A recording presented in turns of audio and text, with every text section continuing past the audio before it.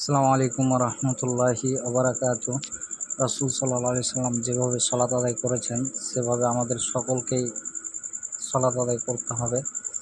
এই যে দেখছেন রুকুতে আপনার মাথা এবং পিছন দিক বরাবর থাকবে। যদি কোনো লোটা বা কোনো কিছু রাখা হয় তো সেগুলো জিনিস যাতে না পড়ে, তো এভাবে সমানভাবে মাথা এবং পিছন দিক রাখতে হবে। এরপরে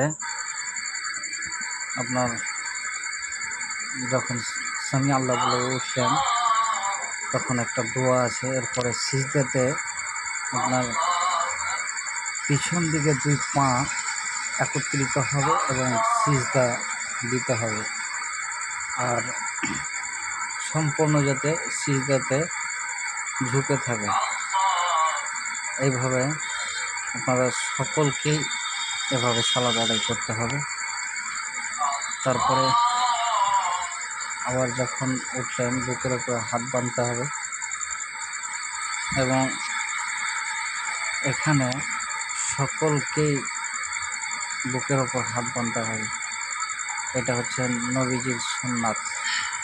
এই সুন্নাত অনুযায়ী আমাদের সকলকে সালাত আদায় করতে হবে।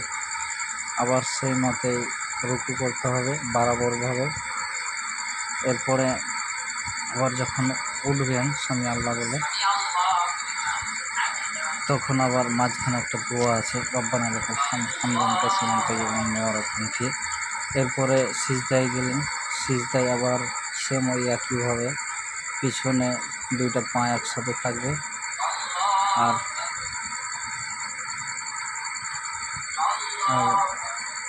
সম্পূর্ণ যাতে সিজদায় থাকে।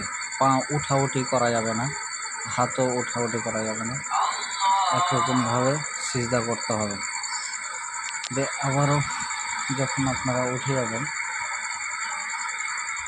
তখন সেম প্রসেসেই আপনারা ওপরে হাত বাঁধতে হবে। এরপরে রফল আদায়ন করতে হবে। আবার রুকুতে সেমভাবেই প্রসেস করতে হবে একইভাবে। আবার সামি আল্লাহ বলে দোয়া আছে, দোয়াটা পরে আবার সিজদায় গেলেন।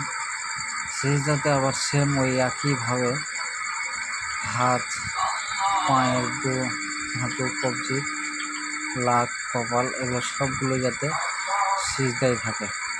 সিজদার মাধ্যমে উঠাউঠি করা যাবে না। কতজন আছে যে পা চাড়ে, হাত চাড়ে সিজদার মাধ্যমে, তো এগুলো করা যাবে না। এরপরে যখন উঠলেন, ওঠার পরে যে সমস্ত দোয়া আছে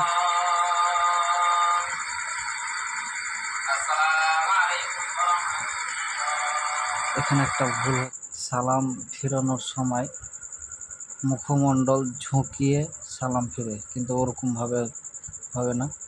মাথাটা শুধু কাঁধের দিকে দেখতে হবে, এই কাঁধে হয়ে গেলে ওই কাঁধে দেখতে হবে। এরপরে সালাম ফিরানো হয়ে গেলে আবার যে নামাজের শেষে যে দোয়া আছে, সালাতের শেষে যে দোয়া আছে, এই দোয়াগুলো পাঠ করতে হবে।